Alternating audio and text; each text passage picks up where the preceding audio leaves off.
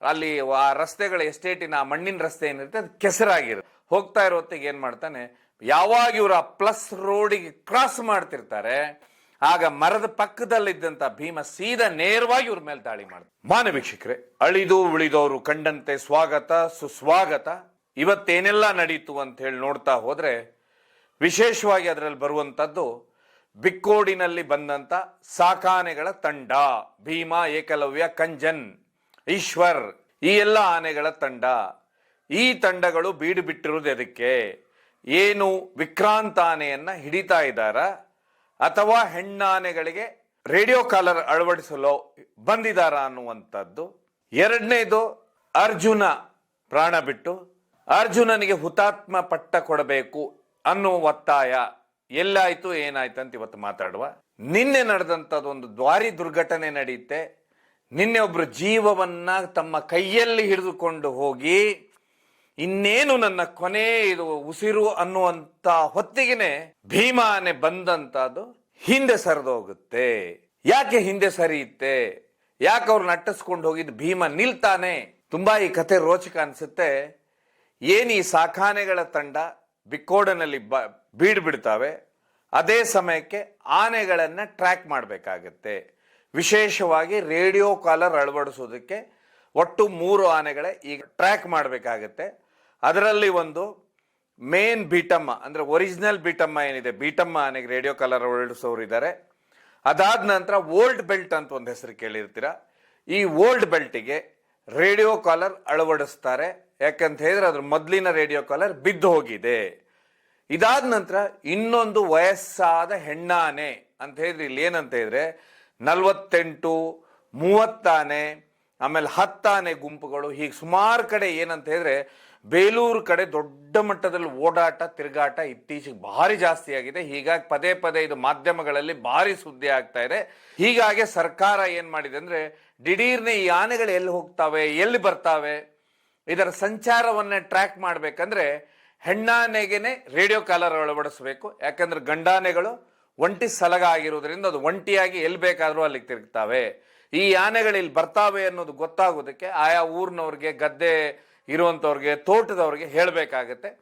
ಇದೇ ಕಾರಣಕ್ಕೆ ಈ 3 ಆನೆಗಳಿಗೆ ರೇಡಿಯೋ ಕಾಲರ್ ಅಳವಡಿಸ್ತಾರೆ. ಯಾಕಂತ ಹೇಳಿದ್ರೆ ಇದು 3 ಆನೆಗಳ ಹೆಣ್ಣಾನೆಗಳೇನಿದಾವೆ ಒಂದೊಂದು ತಂಡದ ಮುಖ್ಯಸ್ಥರಾಗಿದ್ದಾರೆ ಇವರು.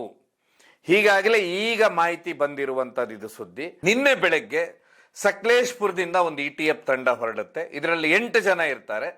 8 ಜನ ಸೇರ್ಕೊಂಡು ಹಿರಿಸಾಡೆ ಅಂತ ಹೇಳಿ ಏನು ಚೀಕನಹಳ್ಳಿ ಅಂತ ಕೇಳಿರ್ತೀರ, ಬಿಕ್ಕೋಡು ಅರೆಹಳ್ಳಿ ಹತ್ರ ಚೀಕನಹಳ್ಳಿ ಅಂತಿದೆ, ಅರೆಹಳ್ಳಿ ಹತ್ರ ಚೀಕನಹಳ್ಳಿ ಅಂತಿದೆ.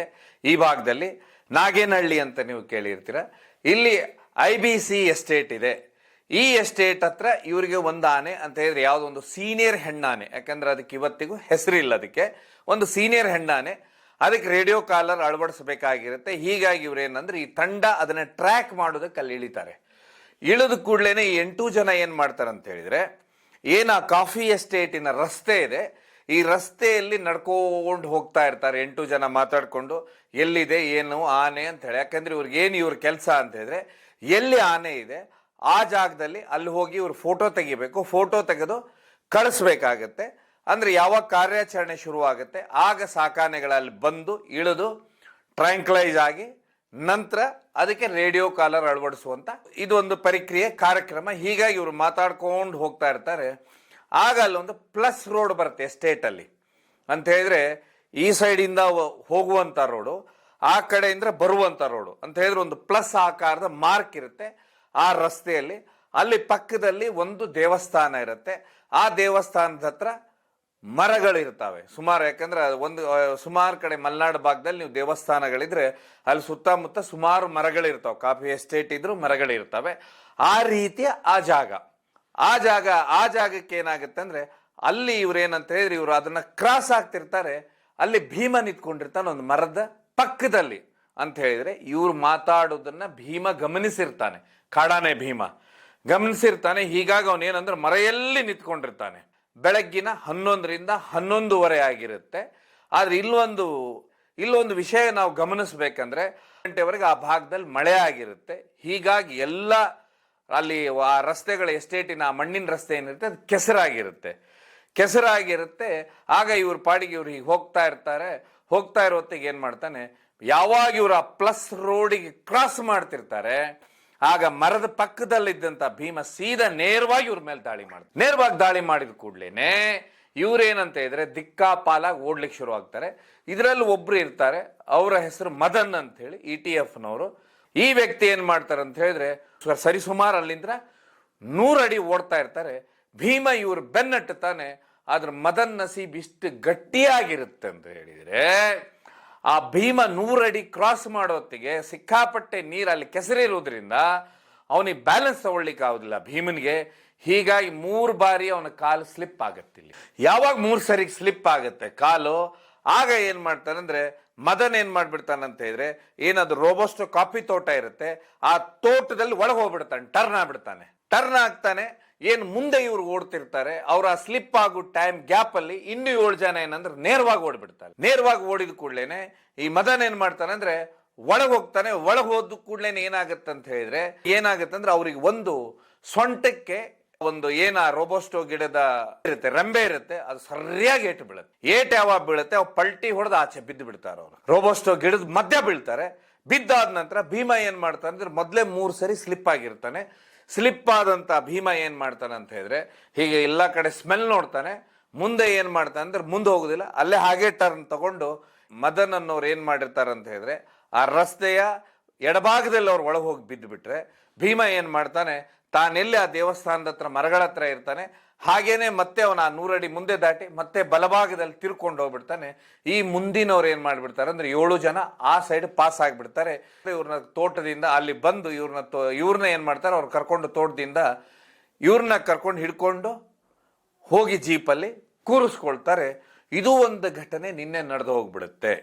ಇದು ಸುಮಾರು ಅಂತ ಹೇಳಿದ್ರೆ ಅಲ್ಲಿ ಮದನ್ ಅನ್ನೋರು ಹೇಳೋದಂತ ಹೇಳಿದ್ರೆ, ಯಾಕಂತ ಹೇಳಿದ್ರೆ ಇಲ್ಲಿ ಸುಮಾರು ಜನ ನೀವು ಕೇಳ್ಬೋದು ಯಾರು ವಿಡಿಯೋ ಮಾಡಿಲ್ವಾ ಹಾಗೆ ಹೀಗೆ ಅಂತ ಹೇಳಿ. ಆ ಪರಿಸ್ಥಿತಿ ಅವ್ರದ್ದು ವಿಡಿಯೋ ಮಾಡೋದು ಅಥವಾ ಇನ್ನೊಂದಂತೂ ಇರುವುದಿಲ್ಲ, ನಿಮ್ಗೆ ಚೆನ್ನಾಗಿ ಗೊತ್ತಿರುತ್ತೆ. ಇದು ಏನು ಆ ವ್ಯಕ್ತಿಗೆ ಏನಾಗುತ್ತೆ ಅವರೇ ಹೇಳಿದಂಥದ್ದು. ಇದನ್ನ ಯಾವ ರೀತಿಯಲ್ಲಿ ಘಟನೆ ನಡೀತು ಅಂತ ಹೇಳಲ್ಲ, ನೋಡಿದವ್ರು ಹೇಳಿದ್ದು ಇದೇ ರೀತಿ ಘಟನೆ ನಡೆದೋಗ್ಬಿಡುತ್ತೆ. ಆದ್ರೆ ಇವತ್ತ್ಯಾಕೆ ಕಾರ್ಯಾಚರಣೆ ಬಂದಂತ ಆನೆಗಳು ಮಾಡಲಿಲ್ಲ ಅಂದ್ರೆ ನಿಮ್ಗೆಲ್ಲ ಗೊತ್ತು. ಇವತ್ತು ಹಾಸನದಲ್ಲಿ ಮುಖ್ಯಮಂತ್ರಿಗಳ ದೊಡ್ಡ ಸಮಾವೇಶ ಇತ್ತು. ಹೀಗಾಗಿ ಏನು ಪೊಲೀಸ್ ಬಂದೋಬಸ್ತು ಕಾರ್ಯಾಚರಣೆ ಕೊಡ್ಲಿಕ್ಕಾಗುದಿಲ್ಲ ಅಂತ ಹೇಳಿ ಇವತ್ತು ಕಾರ್ಯಾಚರಣೆ ಸ್ಟಾಪ್ ಮಾಡಿರ್ತಾರೆ. ನಾಳೆ ಅಂತ ಈ ಕಾರ್ಯಾಚರಣೆಗಳು ಶುರುವಾಗುವುದು ಕೇವಲ ರೇಡಿಯೋ ಕಾಲರ್ ಅಳವಡಿಸೋದಕ್ಕಂತೆ ಈ 3 ಆನೆಗಳಿಗೆ. ಆದ್ರೆ ಇಲ್ಲಿ ಒಂದು ಪ್ರಶ್ನೆ ಏನು ಬರುತ್ತೆ ಅಂತ ಹೇಳಿದ್ರೆ, ಇವರು ಏನು ಕ್ಯಾಂಪ್ ಹಾಕಿದ್ದಾರೆ ಬಿಕ್ಕೋಡಿನಲ್ಲಿ, ಇವ್ರ ಕ್ಯಾಂಪಿಗೆ ಭೀಮಾ ಅಥವಾ ಅವ್ರ ಪೂರ್ತಿ ತಂಡಗಳೆಲ್ಲ ಬಿಟ್ಟಿರೋ ಜಾಗ ಯಾವ್ದಂತ ಹೇಳಿದ್ರೆ ಅದು ಸರಿಸುಮಾರು 6 ರಿಂದ 7 ಕಿಲೋಮೀಟರ್ ದೂರದಲ್ಲಿದೆ ಅಂತೆ. ಹೀಗಾಗಿ ಭೀಮ ಏನ್ ಮಾಡ್ತಾ ಇದ್ರೆ ಮದದಲ್ಲಿದ್ದಾನೆ, ಸಿಕ್ಕಾಪಟ್ಟೆ ಎಷ್ಟು ಆನೆಗಳಿದೆ ಅದರ ಕಾವಲಿಗೋಸ್ಕರ ರಸ್ತೆಯಲ್ಲೇ ನಿಲ್ತಾ ಇದ್ದಾನಂತೆ. ಹೀಗಾಗಿ ತುಂಬಾ ಕಷ್ಟ ಅಂತಿದ್ದಾರೆ. ಯಾವ ಸಮಯದಲ್ಲಿ ಭೀಮ ದಾಳಿ ಮಾಡ್ತಾನಂತ ಗೊತ್ತಿಲ್ಲ, ತುಂಬಾ ರಿಸ್ಕಿ, ಸರಿಯೇ ಕಾರ್ಯಾಚರಣೆ ಅನ್ನುವಂಥದ್ದು ಎಲ್ಲರ ಅಭಿಪ್ರಾಯ ಅಂತ ಹೇಳಿದ್ರೆ ಅಲ್ಲಿ ಇರುವಂತರು ಯಾರು ತಜ್ಞರಿದ್ದಾರೆ ಎಲ್ಲರ ಅಭಿಪ್ರಾಯ ಇದು. ಯಾಕಂತ ಹೇಳಿದ್ರೆ ನಾವೇನೀಗ ಕೆಲವೊಬ್ಬರ ಹತ್ರ ಎಲ್ಲರ ಹತ್ರ ತಿಳ್ಕೊಂಡು ವಿಷಯಗಳನ್ನ ನಾನು ನಿಮ್ಮ ಹತ್ರ ಅವ್ರು ಹೇಳಿದ್ದನ್ನ ನಾನು ಹೇಳ್ತಾ ಇರೋದು. ಹೀಗಾಗಿ ತುಂಬಾ ಕಷ್ಟ ಕಾರ್ಯಾಚರಣೆ ನಡೆಸೋದು. ಯಾಕಂದ್ರೆ ಇಲ್ಲಿ 2 ಆನೆಗಳ ವಿಕ್ರಾಂತನಿಗೂ ಮದ ಇದೆ, ಭೀಮನಿಗೂ ಮದ ಇದೆ. ಆದ್ರೆ ಭೀಮ ಮಾತ್ರ ಈಗಾಗ್ಲೇನೆ ಸಾಕಾನೆಗಳ ಬಂದಿದೆ ಅಂತ ಹೇಳಿ ಅವನು ಗ್ರಹಿಸಿದಾನೆ. ಇಲ್ಲಿ ಸುಮಾರು ಜನ ಓಡಾಡ್ತಾ ಇದಾರಂತ ಗ್ರಹಿಸಿದಾನೆ. ಹೀಗಾಗಿ ಮರೆಯಲ್ಲಿ ಬಂದು ಎಲ್ಲಾ ಕಡೆನೂ ನಿಂತು ನೋಡ್ತಾ ಇದ್ದಾನೆ. ಆಮೇಲೆ ಭೀಮ ಜನಸಾಮಾನ್ಯರೊಟ್ಟಿಗೆ ಅಂತ ಹೇಳಿ ಜನರೊಟ್ಟಿಗೆ ಇದ್ದಿದ್ರಿಂದ ಸುಮಾರು ಅವನಿಗೆ ಎಲ್ಲರ ಕ್ಯಾರೆಕ್ಟರ್ಗಳು ಎಲ್ಲರ ವಿಷಯಗಳು ಗೊತ್ತಾಗತ್ತೆ. ತುಂಬಾ ಸೆನ್ಸ್ ಇರುವಂತ ಆನೆ ಅಂತದ್ದು ಭೀಮ. ಕಾಡಾನೆ ಭೀಮ ಅಂತಾರೆ. ಯಾಕಂತ ಹೇಳಿದ್ರೆ ಇಲ್ಲೆಲ್ಲರೂ ವಿಶೇಷವಾಗಿ ಒಂದು ಮಾತನ್ನ ಹೇಳ್ತಾರೆ, ಯಾರ ಬೆಳೆಯನ್ನು ನಾಶ ಮಾಡೋದಿಲ್ಲ, ತನ್ನ ಪಾಡಿಗೆ ತಾನು ಕಾಡಲ್ಲಿ ಆಹಾರಗಳನ್ನ ತಿಂತಾನೆ. ಯಾರಾದ್ರೂ ಒಂದು ಬಾಳೆಹಣ್ಣು ಅಥವಾ ಒಂದು ಕಬ್ಬಿಟ್ರೆ ತನ್ನ ಪಾಡಿಗೆ ತಾನು ತಿನ್ಕೊಳ್ತಾನೆ. ಅಂತ ಭೀಮ ಏನಿದಾನಂತ ಹೇಳಿದ್ರೆ ಈ ರೀತಿ ಒಂದು ವೇಳೆ ಏನಾದ್ರೂ ಇವರು ರೇಡಿಯೋ ಕಾಲರ್ ಅಳವಡಿಸೋದಕ್ಕೆ ಇವರು ಅಳವಡಿಸ್ತಾರೆ, ಆದ್ರೆ ಟ್ರ್ಯಾಂಕ್ಲೈಸ್ ಮಾಡಿ ಸಾಕಾನೆಗಳ ತಂಡ ಬಂದು ಅದನ್ನ ಟ್ರ್ಯಾಂಕ್ಲೈಸ್ ಮಾಡಿ ಹಿಡಿಲಿಕ್ಕೆ ಹೋದಾಗ ಅಥವಾ ಅದನ್ನ ಎಲ್ಲರೂ ಅಂತ ಹೇಳಿದ್ರೆ ಇದು ಮಾಡಿದಾಗ ಅದು ಏನಾದ್ರೂ ಭೀಮ ಸುಮ್ಮನೆ ಕೂತ್ಕೊಳ್ತಾನ ಅಥವಾ ಸಾಕಾನೆಗಳ ಶಿಬಿರದ ಮೇಲೆ ಏನಾದ್ರೂ ಆ ಭಾಗದಲ್ಲಿ ಹೋಗ್ತಾನ, ಒಟ್ಟಾರೆಯಾಗಿ ಯಾವುದೂ ನಂಬುವಾಗಿಲ್ಲ. ಯಾಕಂದ್ರೆ ಕೇವಲ ಸಾಕಾನೆಗಳು ಬಂದಿರೋ ವಾಸನೆ ತಗೊಂಡೇ ನಿನ್ನೆ ಬಂದು ಇವರು 8 ಜನರಿಗೆ ಬೆನ್ನಟ್ಟುತ್ತಾನೆ ಭೀಮಾ ಅಂತ ಹೇಳಿದ್ರೆ, ಇಲ್ಲಿವರೆಗೆ ಯಾರನ್ನೂ ಬೆನ್ನಟ್ಟಿರ್ಲಿಲ್ಲ ಅವನು ಸುಮಾರು ದಿವಸಗಳಿಂದ. ಆದ್ರೆ ಈಗ ಬೆನ್ನಟ್ಟುತ್ತಾನಂತ ಹೇಳಿದ್ರೆ, ಹೆದರಿಸ್ತಾನಂತ ಹೇಳಿದ್ರೆ, ಇದರ ಒಂದು ಲಕ್ಷಣಗಳೇ ಬೇರೆ ಇದಾವೆ. ಅದರ ನಾಳೆ ಮುಂದಾಲೋಚನೆ ಬೇರೆ ಬೇರೆ ತರ ಮಾಡುತ್ತೆ. ನೋಡುವ ಏನಾಗುತ್ತೆ ಅಂತ ಹೇಳಿ.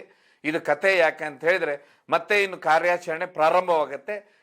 ಈಗ ಮತ್ತೆ ಆನೆಗಳು ಟ್ರ್ಯಾಕ್ ಆಗಬೇಕಾಗಿದೆ. ಎಲ್ಲರ ಪ್ರಕಾರ ಜಗ್ಬೋರ್ನಹಳ್ಳಿ ಅರಣ್ಯ ಏನಿದೆ, ಫಾರೆಸ್ಟ್ ಇದೆ, ಇಲ್ಲ ಆನೆಗಳು ಕಾಡಾನೆಗಳು ಬೀಡು ಬಿಟ್ಟಿದ್ದಾವೆ. ಹೀಗಾಗಿ ಇದರ ಅಕ್ಕಪಕ್ಕದಲ್ಲಿ ಈ ಕಾರ್ಯಾಚರಣೆ ಪ್ರಾರಂಭವಾಗುತ್ತೆ. ಈ ಕಾರ್ಯಾಚರಣೆ ಕೇವಲ ರೇಡಿಯೋ ಕಾಲರ್ ಅಳವಡಿಸೋದು ಮಾತ್ರ ಅಂತೇಳಿ. ಹಾಗಾದ್ರೆ ರೇಡಿಯೋ ಕಾಲರ್ ಅಳವಡಿಸೋದು ಮಾತ್ರ. ಇನ್ನು ಮುಂದೆ ನಾಳೆಯಿಂದ ಇನ್ನು ಮುಂದೆ ಏನೇನು ನಡೆಯುತ್ತಂತ ಗೊತ್ತಾಗುತ್ತೆ. ಈ ಬಾರಿ ಯಾರು ಕ್ಯಾಪ್ಟನ್ ಆಗ್ತಾರಂತ ಹೇಳಿ. ಏನು ಸಾಕಾನೆ ಭೀಮನೇ ಈ ಬಾರಿಯ ಕ್ಯಾಪ್ಟನ್ನ, ಅಥವಾ ಏಕಲವ್ಯಂದು ಪಾತ್ರ ದೊಡ್ಡ ಮಟ್ಟದಲ್ಲಿ ಇರುತ್ತಾ, ಕಂಜನನ್ ಪಾತ್ರ ಇರುತ್ತಾ, ಅಥವಾ ಈಶ್ವರನ್ ಪಾತ್ರ ಇರುತ್ತಾ, ಅಥವಾ ಇನ್ನು ಉಳಿದಂತ ಆನೆಗಳ ಪಾತ್ರಗಳು ಹೇಗಿರ್ತಾವ ಅಂತ ಹೇಳಿ ಇನ್ನು ನಾಳೆ ಅಂತ ಗೊತ್ತಾಗುತ್ತೆ. ಇದೆಲ್ಲದಕ್ಕಿಂತ ವಿಶೇಷ ಅಂತ ಹೇಳಿದ್ರೆ ನಿಮ್ಗೆಲ್ಲ ಗೊತ್ತು, ನಿನ್ನೆ ಡಿಸೆಂಬರ್ 4 ಅಂತ ಹೇಳಿದ ಕೂಡಲೇ ಅರ್ಜುನ ಎಸಲೂರು ಮೀಸಲು ಅರಣ್ಯ ಇದೆ. ಇಲ್ಲಿ ನಿಮಗೆ ದಬಳಿ ಕಟ್ಟೆ, ಈ ಮೀಸಲು ಅರಣ್ಯದಲ್ಲಿ ಏನು ಅರ್ಜುನ ಕೊನೆ ಉಸಿರೆಳೆದಂತ ಜಾಗದಲ್ಲಿ ಅರ್ಜುನನ ಸಮಾಧಿ ಅಂದ್ರೆ ಪ್ರಥಮ ವರ್ಷದ ಕಾರ್ಯಕ್ರಮವಾಯಿತು. ಈ ಕಾರ್ಯಕ್ರಮದಲ್ಲಿ ನಿನ್ನೆ ಬಂದಂತ ಏನು ಮುಖಂಡರು ಹಿರಿಯರು ಏನಿದ್ದಾರೆ ಇವರೆಲ್ಲರೂ ಒಂದು ಆಗ್ರಹ ಮಾಡಿದ್ರು. ಅರ್ಜುನನಿಗೆ ಹುತಾತ್ಮನ ಪಟ್ಟ ನೀಡಲು. ಯಾಕಂತ ಹೇಳಿದ್ರೆ ಹುತಾತ್ಮ ಅಂತ ಹೇಳಿದ್ರೆ ಅರ್ಜುನ ಸರ್ಕಾರಿ ಕೆಲಸ ಮಾಡ್ಲಿಕ್ಕೆ ಹೋಗೇನೆ ತನ್ನ ಕೊನೆ ಉಸಿರು ಎಳಿತಾನೆ, ಸುಮಾರು ಜನರ ಅವತ್ತಿನ ಜೀವ ಉಳಿಸ್ತಾನೆ. ತಾನು ಅವರೆಲ್ಲರ ಜೀವ ಉಳಿಸೋದಕ್ಕೋಸ್ಕರ ಅರ್ಜುನ ಕೊನೆವರೆಗೂ ತಾನು ಫೈಟ್ ಮಾಡ್ತಾನೆ. ಕಾಡಾನೆ ಒಟ್ಟಿಗೆ, ಮದ ಬಂದಿರುವಂತ ಕಾಡಾನೆ ಒಟ್ಟಿಗೆ ತಾನು ಕೊನೆ ಉಸಿರು ಎಳಿತಾನೆ. ಹೀಗಾಗಿ ಈ ಅರಣ್ಯ ಇಲಾಖೆಯಲ್ಲಿ ಹುತಾತ್ಮರ ದಿನಾಚರಣೆ ಅಂತ ಒಂದು ಮಾಡ್ತಾರೆ. ಈ ಹುತಾತ್ಮರ ದಿನಾಚರಣೆಯಲ್ಲಿ ಅರ್ಜುನನ ಹೆಸರನ್ನು ಸೇರಿಸಬೇಕು. ಹಾಗೂ ಅರ್ಜುನ ಹುತಾತ್ಮ ಅನ್ನುವಂಥದ್ದು ಏನು ಒಂದು ಸೈನಿಕ, ತಾನು ಹೊಡೆದಾಡ್ತಾನೆ, ತಾನು ಯುದ್ಧ ಭೂಮಿಯಲ್ಲಿ ತನ್ನ ಪ್ರಾಣವನ್ನ ಬಿಡ್ತಾನೆ, ಅವನು ಹುತಾತ್ಮನಾಗ್ತಾನೆ. ಆ ರೀತಿ ಹುತಾತ್ಮ ಅಂತ ಸರ್ಕಾರ ಘೋಷಿಸಬೇಕು. ಹುತಾತ್ಮ ದಿನಾಚರಣೆಯಲ್ಲಿ ಅರ್ಜುನನ ಹೆಸರು ಸೇರಿಸ್ಬೇಕಂತ ಹೇಳಿ ನಿನ್ನೆ ದೊಡ್ಡ ಮಟ್ಟದಲ್ಲಿ ಆಗ್ರಹ ಆಗುತ್ತೆ.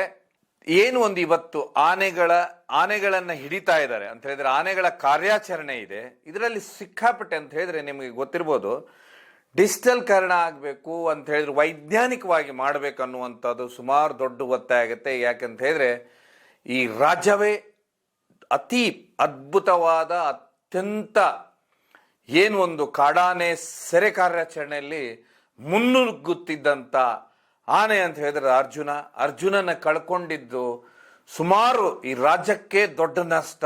ಹೀಗಾಗಿ ಕಾರ್ಯಾಚರಣೆಯ ಶೈಲಿಯನ್ನು ಬದಲಾವಣೆ ಮಾಡಬೇಕು ಅನ್ನುವಂಥದ್ದು ಒತ್ತಾಯಗಳು ನಿನ್ನೆ ಏನು ಡಿಸೆಂಬರ್ 4 ಅರ್ಜುನನ ಪ್ರಥಮ ವರ್ಷದ ಕಾರ್ಯಕ್ರಮದ ಅಂಗವಾಗಿ ಏನು ಅರ್ಜುನನ ಸಮಾಧಿ ಇದೆ, ಇಲ್ಲಿ ನಿನ್ನೆ ಪೂಜೆ ಸಲ್ಲಿಸಲಾಯಿತು. ಅರ್ಜುನನಿಗೆ ಸರ್ಕಾರ ಯಾವ ರೀತಿ ಗೌರವ ಕೊಡುತ್ತೆ, ಹುತಾತ್ಮನ ಪಟ್ಟಿಗೆ ಸೇರಿಸುತ್ತಾ ಅಂತ ನೋಡುವ. ನಾವು ಎಲ್ಲರೂ ಸೇರಿ ಆಗ್ರಹಿಸುವ ಅಂತ ಹೇಳ್ತಾ, ಹಾಗೇನೆ ಈ ಕಾರ್ಯಾಚರಣೆ ಏನೀಗ ಇನ್ನೇನು ನಾಳೆಯಿಂದ ಮತ್ತೆ ಪ್ರಾರಂಭವಾಗುವಂತ ಕಾರ್ಯಾಚರಣೆ ಏನಿದೆ, ಈ ಕಾರ್ಯಾಚರಣೆ ಯಾವ ರೀತಿ ಆಗುತ್ತೆ ಅಂತ ಹೇಳಿ ಕಾದು ನೋಡಬೇಕು. ಯಾಕಂತ ಹೇಳಿದ್ರೆ ಇಲ್ಲಿ ಭೀಮ ದೊಡ್ಡ ಮಟ್ಟದಲ್ಲಿ ಪ್ರತಿರೋಧ ಒಡ್ಡುತ್ತಾ ಇದ್ದಾನಂತೆ. ಇದನ್ನೂ ಒಂದು ಕಾದು ನೋಡುವ ಮುಂದೇನಾಗುತ್ತೆ ಅಂತ ಹೇಳಿ ಇವತ್ತಿನ ಸುತ್ತಮುತ್ತ ಚಿತ್ತ ಕಾರ್ಯಕ್ರಮವಾಗಿತ್ತು. ನಾಳೆ ಮತ್ತೆ ಇನ್ನೊಂದು ಹೊಸ ವಿಷಯದೊಂದಿಗೆ ಭೇಟಿಯಾಗುವ. ಧನ್ಯವಾದ.